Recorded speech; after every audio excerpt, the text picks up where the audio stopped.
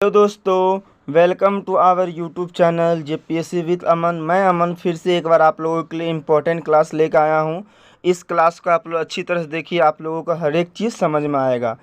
यह क्लास जो है सेमेस्टर 6 वाले स्टूडेंट के लिए, पॉलिटिकल साइंस कोर पेपर 13 वाले स्टूडेंट के लिए हेल्पफुल होगा। आई होप यह क्लास आप लोगों को बहुत अच्छा लगेगा। आपको बता दें, इस क्लास का जो PDF आपको प्राप्त करना है तो जेपीएससी विद अमन टेलीग्राम में या तो व्हाट्सएप ग्रुप में आप इसको प्राप्त कर सकते हैं। चलो आज के इम्पोर्टेंट क्वेश्चन के देखते हैं, टाइम को नहीं वेस्ट किए बिना। चलो देख लो, आज का इम्पोर्टेंट क्वेश्चन है, लोकतंत्र के उदारवादी सिद्धांत का वर्णन करें। देखो यहाँ पर 3 शब्द दिया गया है और इंट्रोडक्शन में वही तीनों को पहले बताऊंगा, उसके बाद इस क्वेश्चन के अनुसार उदारवादी सिद्धांत को समझाऊंगा। क्योंकि आपको 8 पेज लिखना होगा, जो 20 मार्क्स का क्वेश्चन है और फाइनल एग्जाम है, तो इसलिए इस बार अच्छा सा आपको लिखना पड़ेगा। पहला शब्द जो है उसको डिफाइन करेंगे इंट्रोडक्शन में, लोकतंत्र। दूसरा है उदारवादी, तीसरा है सिद्धांत। तीनों शब्द को पहले समझो, उसके बाद इस सिद्धांत को तुम आराम से समझ जाओगे और परिचय में भी लिखो, ताकि एग्जामिनर इम्प्रेस हो, ताकि उसको पता होना चाहिए कि आप आंसर को खुद से लिखो। चलो देखो, परिचय पहले देखते हैं तीनों शब्द को। उदारवादी सिद्धांत को अंग्रेजी में लिबरल थ्योरी कहते हैं। क्या कहते हैं? लिबरल थ्योरी कहते हैं। यह 2 शब्दों से मिलने से बना है, उदारवादी और सिद्धांत। देखो, 2 शब्द पहले समझाएंगे, उसके बाद लोकतंत्र को समझाएंगे। तीनों शब्द अगर आप जान जाओगे तो ये सिद्धांत को समझना बहुत आसान है। आप भी नोट्स में लिखोगे, आंसर में जहाँ पे एग्जाम में जाओगे सेंटर पर लिखना ही पड़ेगा, क्योंकि पेज भरना है, प्लस एग्जामिनर को लगना चाहिए कि आप अपने से लिखे हो आंसर। ठीक है, चलो पहले देखते हैं हम लोग उदारवादी का मतलब क्या होता है। देखो, उदारवाद को अंग्रेजी में लिबरिज्म शब्द की उत्पत्ति जो होता है लैटिन भाषा के लिबरल शब्द से हुई है। तो लिबरिज्म शब्द के कहाँ से उत्पत्ति होता है, कहाँ से आता है? तो लैटिन भाषा के लिबरल से आया है। देखो, जिसका अर्थ होता है स्वतंत्रता। उदारवाद का मतलब होता है स्वतंत्रता और राष्ट्रवाद का मतलब होता है देश के प्रति रक्षा करना। ये 2 शब्द हैं जो कॉमन लगता है, बार बार आता है, इसीलिए थोड़ा सा राष्ट्रवाद को भी हम बता दिए। ठीक है, उस वर्ड को याद रखो, अगर आ गया तो अच्छा है, वैसे भी सेमेस्टर 5 में आया हुआ था। आगे देखो, व्यक्ति की स्वतंत्रता का समर्थन करने वाले को उदारवादी कहा जाता है। जो उदारवाद है उसका मतलब होता है स्वतंत्रता, और उसकी जो सपोर्ट करते हैं, समर्थन करते हैं, उस सारे व्यक्ति को कहते हैं उदारवादी। तो इसको समझ गए होंगे बहुत आसानी से, अच्छा लगा होगा। चलिए अब देखते हैं हम लोग सिद्धांत को समझते हैं। तो देखो, सिद्धांत को अंग्रेजी में हम लोग थ्योरी कहते हैं। कितना आसान है ना। और थ्योरी शब्द जो है यह ग्रीक भाषा के थियोरिया से बना है, जिसका अर्थ होता है चिंतनशील अवस्था। ये पिछला क्वेश्चन में भी थोड़ा हम पढ़े थे।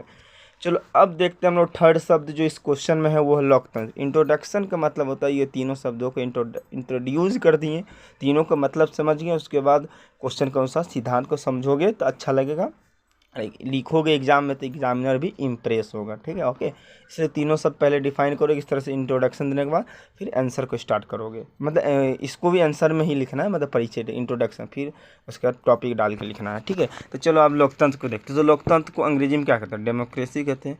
और लोकतंत्र भाषा के 2 शब्दों से मिलकर बना है, एक डिमोज और एक क्राइटेरिया। तो मिला, डिमोज का अर्थ होता है लोक, यानी लोग, जैसे हम लोग, जनता। क्राइटेरिया का अर्थ होता है शक्ति या तो सत्ता। सत्ता का जो शक्ति होता है लोगों का शक्ति होता है।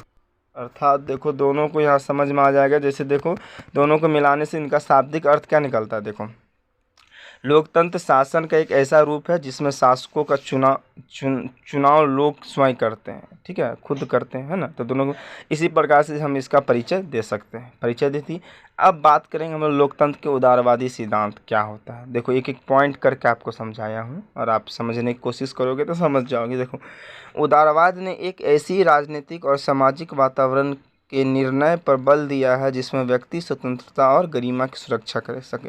मतलब उदारवाद जो होते हैं वो स्वतंत्रता पर ज़्यादा बल देता है और व्यक्ति की सुरक्षा पे। ये बात याद रखोगे फर्स्ट पॉइंट में। नेक्स्ट देखो, ऐतिहासिक दृष्टि से देखा जाए तो 17वीं और 19वीं शताब्दी तक के काल में उदारवाद का प्रचार प्रसार का काल था। मतलब 17वीं से लेकर 19वीं तक, जिसने न सिर्फ आर्थिक और बल्कि राजनीतिक संस्थाओं को भी महान परिवर्तन हुए। जैसे हमारा देश उदारवाद कब हुआ, स्वतंत्र कब हुआ, तो 1947 में। तो उसी तरह ये 17वीं 19वीं ऐतिहासिक काल को याद रखोगे तो ये प्रचार प्रसार के लिए ज़्यादा माना जाता है। ठीक है, आगे देखो, हॉब्स, लॉस्की जैसे अन्य विचारकों ने भी लोकतंत्र का उदारवादी का समर्थन थे, क्योंकि लोकतंत्र प्रणाली के अंतर्गत ही सारी सुविधाएं स्वतंत्रता संभव है। ठीक है, लोकतंत्र के अगर रहेगा तो ही ये सब प्रणाली संभव हो सकता है। ठीक है, आगे देखो, इसमें सभी नागरिकों को शासन कार्य भाग लेने, सरकार का गठन करने, उसकी आलोचना करना और यहाँ तक कि आवश्यक हो जाने पर भी वर्तमान शासकों को सत्ता से हटाकर उसके स्थान पर नए शासकों की नियुक्ति की भी अधिकार प्राप्त है। नया शासक भी यहाँ पर रख सकते हैं। ठीक है, आगे देखिए, उदारवादियों का मानना था कि मानव को जन्म से ही कुछ अधिकार मिला है जिसे प्रकृति अधिकार कहा जाए। जैसे जन्म से जो अधिकार मिलता है उसको नेचुरली या तो प्रकृति अधिकार कहते हैं। तो ये उदारवादी का मतलब, उदारवाद का मतलब एक लाइन में याद रखो, ये लोकतंत्र का ही सारी परिभाषाओं को डिफाइन करता है। उदारवाद का मतलब और लोकतंत्र का मतलब अगर लिखोगे सेम तो आपको आंसर अच्छा से मिलेगा। ठीक है, चलो अब देखते हैं उदारवाद के लोकतंत्र के गुण तथा विशेषताएं। जनता स्वयं अपने भाग्य के विधाता होते हैं, मतलब जनता स्वयं अपने भाग्य की अपना देख रेख खुद कर सकता है, या तो नेता खुद चुनता है। ये सब लोकतंत्र का ही है। उदारवाद और लोकतंत्र दोनों सेम है, आगे समझ में आएगा। जनता स्वयं अपने भाग्य की विधाता है, क्योंकि लोकतंत्र एक ऐसी शासन प्रणाली है जिसमें जनता का जनता द्वारा जनता के लिए शासन देखने को मिलता है। यहाँ सब कुछ जनता के हाथों में होती है। किसके हाथों में होता है? तो जनता के हाथों में होता है। ठीक है, ध्यान रखोगे।